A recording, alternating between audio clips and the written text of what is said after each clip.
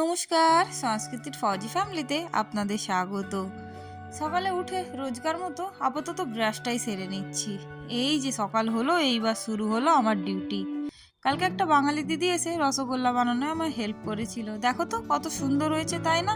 আর এই দেখো সাদা ল্যাংচা, যেটা দেখে ও হাসছিল আর ওকে দেখে আমি আরও হাসছিলাম। ব্রেকফাস্ট বানানো কমপ্লিট হলে ওকে বললাম যে ব্রেকফাস্টটা তুমি করে নাও, আমি ততক্ষণ রুমটায় ঝাড়ুটা লাগিয়ে দিয়ে আসি। আপাতত ও ডিউটি চলে গেছে, আর ততক্ষণে দেখি কাচরা ফেলার গাড়িটাও চলে এলো। চলো, আমি এদিকে জামা প্যান্টটা যে ধুয়ে রেখেছি ওটা আপাতত সকালে নিচে গিয়ে মিলে দিয়ে আসি। আসলে সকাল সকাল ধোয়াধুয়ির কাজটা সেরে রাখি, না হলে না আমার খুব বিরক্তি লাগে। চলো নিচে যাই, না হলে কাচরা গাড়িটা আবার চলে যাবে। সমস্ত কাজ কমপ্লিট করে এখন আমি ব্রেকফাস্ট করব ভাবছি, কেননা ঘড়িতে দেখি 10টা বেজে গেছে। চলো তোমাদের সাথে আজ একটা কথা শেয়ার করি। যখন আমার বিয়ে হয় তখন অনেকের অনেক রকমের প্রশ্ন ছিল যে আরে এ এত ফুটবল খেলতো, এ কি করে সংসার করবে, বরকে কি রান্না করে খাওয়াবে, এ যা দুরন্ত মেয়ে, বাবা এ কি করে কোয়ার্টারে একা একা থাকবে, সারাক্ষণ তো বাইরে বাইরে ফুটবল খেলে। কত রকমের টোন টিটকিরি শুনতে হয়েছে যে তোমাদেরকে কি বলবো। চলো আজ তোমাদের সাথে কথা শেয়ার করতে করতে আপাতত ঘরটায় পোছা লাগিয়ে নিচ্ছি। আসলে ঘরটা না প্রত্যেক দিন না পোছা লাগালে জানি না কেন নোংরা হয়ে যায়। আসলে সাদা টাইলস তো, তাই খুব তাড়াতাড়ি নোংরা হয়ে যায়।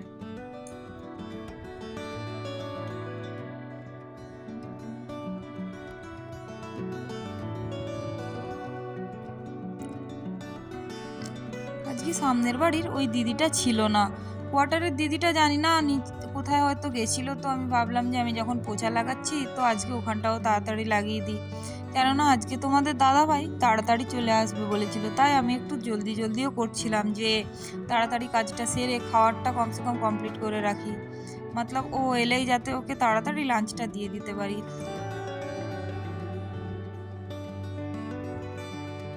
জানো তো এখানে না প্রচণ্ড কারেন্ট চলে যায়, তাই রান্না চাপানোর আগে আজকে পোস্ত করব, তাই সর্ষে আর পোস্তটা বেটে নিই, না হলে কখন যে কারেন্ট চলে যাবে এটা বলা সত্যিকারের খুবই মুশকিল। হ্যাঁ, যেটা শেয়ার করছিলাম তোমাদের সঙ্গে, আমার অনেক জানো সো কল্ড আত্মীয় রয়েছে যাদের মুখে মানে আমার সামনে তো কখনো বলেনি, কিন্তু আমি শুনেছি যে আমি নাকি বিয়ের পর খুব অহংকারী হয়ে গেছি, কারোর সাথে কথা বলি না, আমার নাকি প্রচণ্ড অহংকার। আচ্ছা একটা কথা বলো, আমার না হয় অহংকার, কিন্তু যাদের মনে হয়েছে যে আমার খুব অহংকার তাদের কিন্তু আমার নিয়ে প্রচণ্ড চিন্তা ছিল যে কিভাবে আমি সংসার করব। অ্যাকচুয়ালি আমার তাদের কাছে একটা প্রশ্ন যে আমায় নিয়ে যখন এতই চিন্তা, তো তোমরা কেন আমায় ফোন করছো না? তোমরা করে আমার তো খবর নিতেই পারো যে এখন কিভাবে আমি সংসারটা সামলাই। আসলে সত্যি বলতে ওরা নিজেরাই প্রথম থেকে জেলাস ফিল করে। সেটা এখনের কথা নয়, এটা অনেক বছর ধরেই আমি দেখে এসেছি। তাই আমি বেকার এগুলো নিয়ে কোনো কথাই বাড়াই না। কিন্তু হ্যাঁ, এখানে এসে আমি নিজে হাতে সবটুকু কাজ করি, আর এটুকুই যথেষ্ট এই জেলাস ফিল করা লোকগুলোর মুখে জবাবের জন্য, যেটা আমার মনে হয়। চলো তোমাদের সঙ্গে কথা বলতে বলতে তাড়াতাড়ি ঝিঙ্গেটা কেটে নিই। আর কি বলবো তোমায়, তোমাদের দাদা ভাই এই ঝিঙ্গেগুলো নিয়ে এসছে একটু বুড়ো বুড়ো। এই প্রথমের এই ঝিঙ্গেটা যখন কাটছি এটা তো খুবই বুড়ো লাগছে, জানি না সেকেন্ডের ঝিঙ্গেটা কীরকম। তো দেখতেই পাচ্ছ কিরকম কাটতে অসুবিধে হচ্ছে, একদম বুড়ো বুড়ো টাইপের ঝিঙ্গে ছিল। আমি একটু বীজটা টেস্ট করে দেখলাম যে তিতা কিনা, কেননা কিছুদিন আগেও আমি ঝিঙ্গে আলুর পোস্ত বানিয়েছিলাম, তখন আর আমি টেস্ট করে দেখিনি। আর পোস্তটা বানানোর পর যখন নুনটা চেক করতে যাব দেখছি পুরো তিতে। তাই না যখনই আমি আজকাল ঝিঙ্গে বানাই আমি আগে বীজটা একবার মুখে দিয়ে দেখি যে বীজটা তিতা কি মিষ্টি।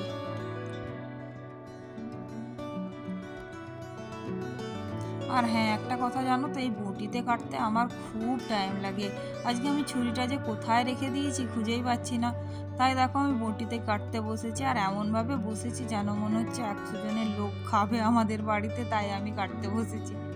যাই হোক, চলো মজা করছিলাম। চলো অনেকক্ষণ তোমাদের সঙ্গে কথা হলো, কথা বলতে বলতে দেখো ডালটাও কমপ্লিট হয়ে গেছে, আর এদিকে উচ্ছেটা ভাজাটাও কমপ্লিট আমার। এখন ঝিঙ্গে আলুর পোস্তটা রেডি হলেই হলো। আবার তোমাদের দাদাভাই ফোন করে বলছে যে আজকে রাত্রে একটা বার্থডে পার্টি আছে, তো ওখানে তো যেতেই হবে, আর গিফট কিনে আনতেও বললো। আসলে ও তো একদম সত্যি বলতে না একদম টাইম পায় না, তাই আমাকে যেতে হবে। কিন্তু ভাবছি যে রান্না করতে করতে কিভাবে কখন যাব বা গিফটে যে কি দেব আমার মাথাতে কিছুই আসছে না। কি যে করা যায়?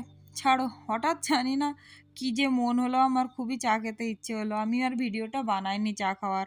আর ও দেখো ওদিক থেকে বলছে মানুষ কিরকম পাগল হলে, মানে চা পাগল হলে দুপুর ১টার সময় চা খায়। এখন মোটামুটি আপাতত তো সব রান্নাবান্না কমপ্লিট। তো বাসনটা ভাবলাম আগে ধুয়ে নিই, তো তাই জন্য চলে এলাম বাসনটা ধুতে। তারপর স্নান করতে যাব। বাসন ধুতে ধুতে আমার বোন ফোন করেছিল, তাই বোনের সঙ্গেও একটু কথা বলছিলাম। আসলে আমাদের প্রায় অনেক দিন হয়ে গেল কথা হয়নি। তো কথা হচ্ছিল যে ছুটি কবে যাব, আর সত্যি বলতে আমিও জানি না যে কবে এক্স্যাক্টলি ছুটিটা যাব। বাড়ির জন্য আমারও মনটা খুবই খারাপ হচ্ছে জানো তো। তারপর সামনে আবার পুজো। সত্যি বলতে আগের বছরও আমি পুজোর সময় বাড়ির বাইরেই ছিলাম, আর এইবারে যে কি হবে আমার কিছুই মানে না, ছুটির কথা ভাবলেই আমার খুব বিরক্তি লাগে। যতক্ষণ না মানে ট্রেনে বা ফ্লাইটে উঠতে পারছি ততক্ষণ মানে আমি জানি না যে ছুটি কবে হবে। মাও ফোন করে জিজ্ঞেস করে যে কবে আসবি। তা আমি বলি যে যখন গাড়িতে উঠবো তো তখনই বলবো যে এক্স্যাক্টলি ছুটি কবে যাব। তো ওই নিয়েই বোনের সঙ্গে কথা হচ্ছিল। তো বোন বলছে যে যদি আসবে তো জানিও আমাকে, তো আমরা একসঙ্গে ঘুরবো। কি আর বলি, নিজের মনকেই সামাল দিতে পারছি না। অনেক দিন হয়ে গেল এখানে জানো তো, কোয়ার্টারে প্রায় ৪-৫ মাস হয়ে গেছে, ভালোই লাগছে না। আর এইবার মনটা ছটফট করছে যে কবে বাড়ি যাব, কবে বাড়ি যাব। আসলে আমার তো মনে হয় এটা আমার নয়, সবারই মনে হয় এরকম হয়। কেননা যতই হাজবেন্ডের সঙ্গে থাকি না কেন আমরা, মা বাবা শ্বশুর শাশুড়ি মার জন্য একটু হলেও মনটা কেমন একটা করে যে কবে যাব ওনাদের সঙ্গে, কবে দেখা হবে, কবে মায়ের হাতে রান্না খেতে পারবো, কবে নিজেদের ওখানকার সব কিছু খেতে পারবো। কেননা জানোই তো বাইরে সব কিছু পাওয়া যায় না। তো দেখা যাক কি হয়, কবে যাই।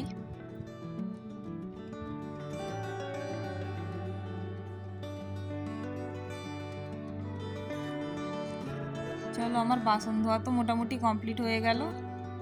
লাঞ্চ কমপ্লিট হয়ে গেছে। রান্নাঘর থেকে এসে দেখি উনি শুয়ে শুয়ে ফোনে স্মার্ট ওয়াচ দেখছে। আর বলছে যে তোমার একটা স্মার্ট ওয়াচ তো খারাপ হয়ে গেছে, তো একটা নতুন কিনে নাও। তো আমি ওকে বললাম এইসব ছাড়ো, যাই হোক তেমন তো ক্লিয়ার আমি ওকে কিছুই জবাব দিলাম না। আর এই যে আমি যাচ্ছিলাম গিফট আনতে, তো যাওয়ার পথে একটু থ্রেডিংটাও করিয়ে নিলাম। এই দেখো কি কিনতে এলাম আর কোথায় ঢুকে পড়েছি। যাই হোক, এই কুর্তিগুলোই দেখছিলাম। এইখানে দেখো এই কুর্তিটা কি আমায় মানাচ্ছে, একটু কমেন্ট করে জানিও যে কুর্তিটা কেমন লাগছে। এখানে এই কাশ্মীরি কুর্তিগুলো ভালো লাগে। গিফটের দোকানে ১.৫ ঘন্টা ধরে আমরা দুজনে গিফট কিনেছি, আর আমাদের দুজনেরই মাথা খারাপ হয়ে গেছে। তাই বেকরিতে ঢুকেছি যে দেখি কিছু পাওয়া যায় নাকি খাওয়ার। বাড়ি ফিরে দেখি ৯টা বাজতে যায়, আর পার্টির টাইমটাও ৯টাতেই। তাই তাড়াতাড়ি করে রেডি হচ্ছি। আর ওকে ফোন করলাম, তো ও বলল যে তুমি রেডি হও, আমি টাইম মতো পৌঁছে যাব। আমি তো ভাবছি যে এইটার সাথে কোন ইয়াররিংসটা মানাবে।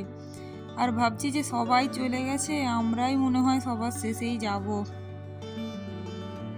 তারপর আমাকে ওই ফ্রেন্ডটা ফোন করলো, তো বলল যে চলে এসো দিদি একসাথে যাব। তো আমরা নিচে দাঁড়িয়ে আছি। কিন্তু ও ফোন করেছে সবই ঠিক আছে, কিন্তু আমি তো এখনো পর্যন্ত রেডিই হতে পারলাম না। একবার চুলটাকে এদিকে করে ভাবছি এরকম করব না ওরকম। আর এখানে আমার অবস্থাটা দেখো, লিপস্টিক পরলেই কিছুক্ষণ ধরে এরকম করব। তারপর দেখো দুজনে রেডি হয়ে গেছি। কমেন্টে অবশ্যই জানিও আমাদের কেমন লাগছে। পার্টিতে পৌঁছে তেমন কিছু আর শ্যুট করিনি। এই প্লেটটা আমাদেরকে দিদি যেতে না যেতেই ধরিয়ে দিয়ে বললো যে তোমরা আগে কিছু খেয়ে নাও। আর এই যে এই মোটামুটি আমাকে অনেক রিকোয়েস্টের পর আমি একটু ডান্স করা শুরু করলাম। অ্যাকচুয়ালি খুব অকওয়ার্ড লাগছিল যে ডান্স করাটা। তারপর দেখো আমি কত সিম্পলভাবে ডান্স করছিলাম। চলো, আপাতত আজকের মতন বাই। তো